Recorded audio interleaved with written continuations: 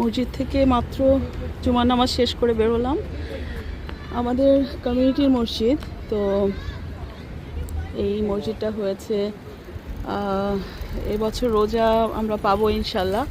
এবছর কোরবানি থেকে হয়েছে, তো এখানে যে বাইরে সব মুসল্লি এই ভরে যায়, কমিউনিটির বাইরে থেকেও প্রচুর লোকজন আসে আশেপাশ থেকে। তো জুমা পড়ে বের হলাম, মনটা খুবই শান্তি এবং পবিত্র লাগছে। আলহামদুলিল্লাহ আলহামদুলিল্লাহ। জুম্মা মোবারক সবাইকে। কেমন আছেন সবাই?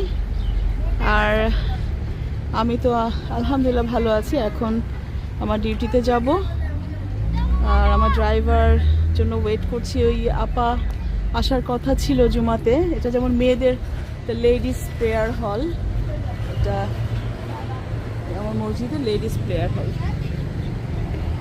স্কুল বাস আজকে শুক্রবার, এখানে ছুটি, কিন্তু অনেক বাচ্চাদের থাকে স্কুল খোলা, বিভিন্ন অ্যাক্টিভিটি থাকে।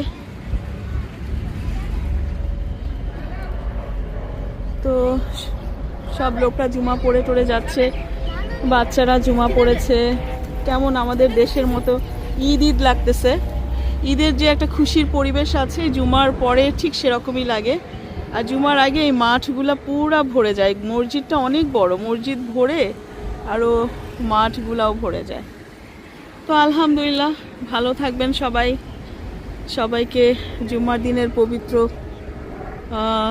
শুভেচ্ছা দিয়ে শেষ করছি। আল্লাহ হাফেজ।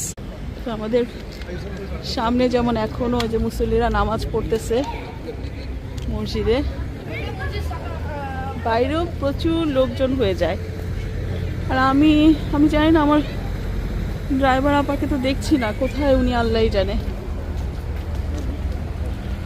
রেখে দিচ্ছি। আল্লাহ হাফেজ।